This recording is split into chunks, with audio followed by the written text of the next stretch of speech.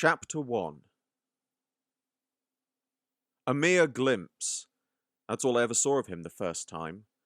The stories say he was building a weapon capable of erasing the Daleks. Some talked of a gun, others a great key. As with most of the stories, no one ever got the full picture. My home was beautiful. It still is.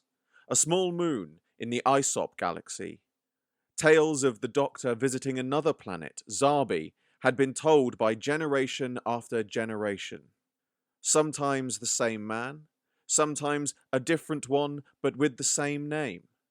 But now I know he was always the same man. The same man, a different face.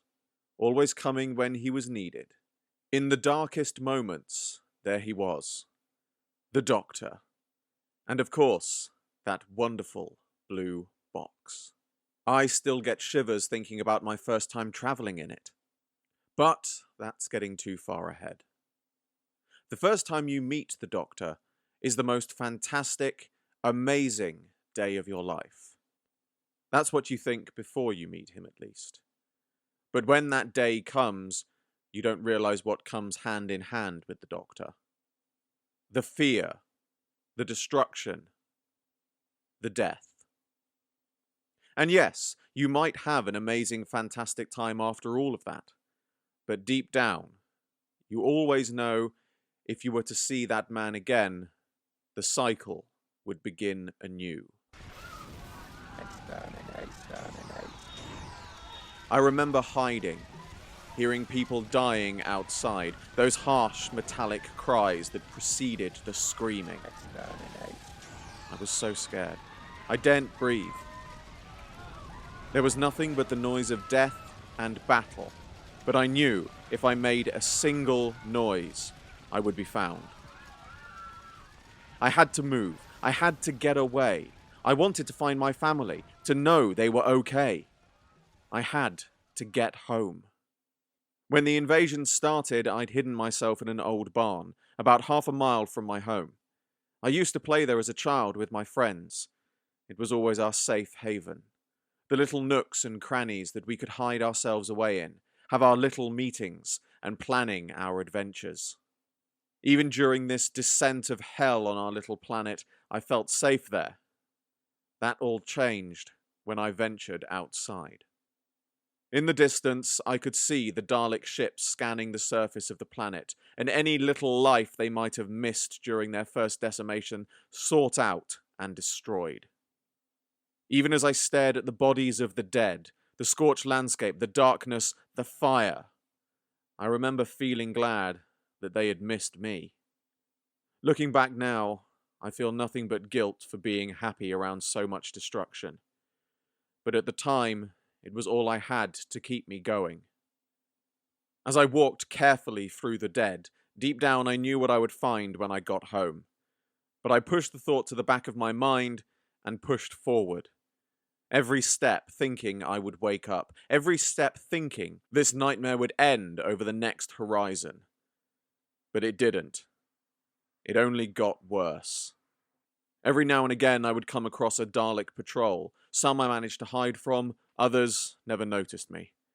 Too busy checking the corpses for any sign of life. Not to save, but to kill. The Daleks aren't supposed to have any emotions. Their only drive is to destroy. They show fear, of course, of anything different, or of that one man. But right then and there, it was hard to believe they didn't experience pride or satisfaction of their terrible slaughter. I couldn't tear my eyes away from the aftermath, but I was nearly home, just over the next rise, and I could look down into that beautiful valley. The rolling hills in the distance, the deep blue river running through the town, and just outside, my home. It wasn't much, but it was ours. At least that's what I wanted to see.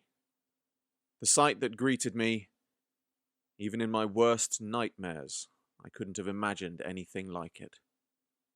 I couldn't bring myself to look, but I couldn't bring myself to look away.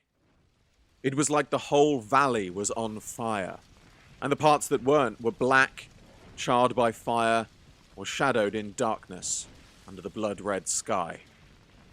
Fleets of Daleks filled the skies and the streets.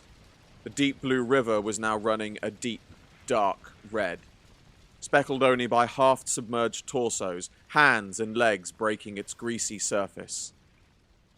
The silence, backed by crackling embers, was broken only by the occasional cries of the damned, the dying, and their exterminators. My eyes slowly followed the path up from the town. Already in the corner of my eye, I could see what I didn't want to.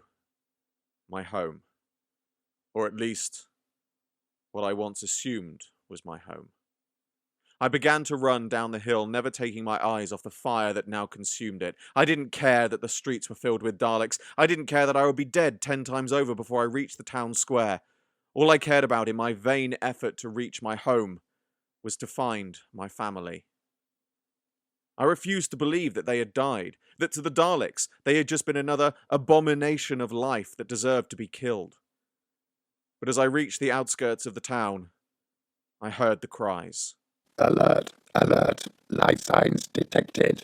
Seek, locate, exterminate. It was too late to run away. I had to hide or they would find me. I could easily get higher up and then the ground forces wouldn't find me so easily, but the saucers in the sky making regular sweeps would easily spot me without sufficient shielding. Then I remembered the Sunbell Tower in the town square.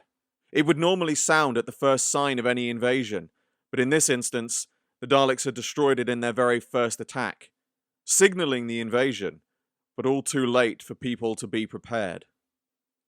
The roof of the tower had been completely destroyed, but the large bell was still resting half buried in the rubble.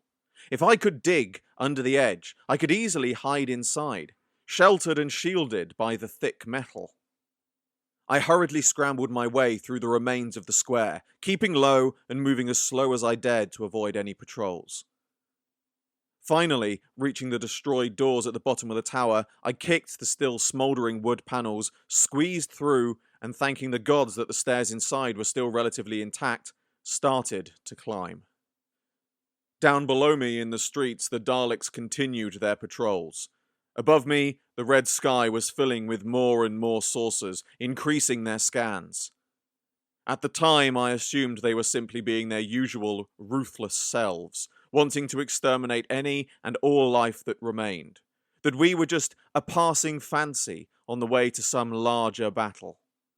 Cowering in the bell, I curled up into a ball, tears streaming down my face, my hands covering my head, doing my best to drown out the noises outside. It was too late, though. Everything I had seen and heard was replaying in my head, no matter how much I tried to think of other things. I finally accepted that no matter what was happening, my family was dead. I would be next. Suddenly, the tower shook violently. I curled myself up tighter, and then suddenly, everything became lighter. My weight lifted, and for a moment I thought I had been killed and I was being claimed by the gods. But this wasn't the end for me. Not by a long way. The end would be much more painful. One moment I was weightless, and the next I was being crushed by weight on top of me. As the dust settled around me, I could see the town square. Daleks were approaching. I tried to get up and run, but the rubble had my legs pinned. I tried to scream for help, but nothing came out. Too weak, too afraid. It was only later when I talked to him that I realized what was happening in the square as I approached the town. The Daleks were gathering, drawn by signs of life, but not mine. Someone different. Someone they feared above all else. Alert, alert, life signs detected. Seek, locate, exterminate. The Doctor is located.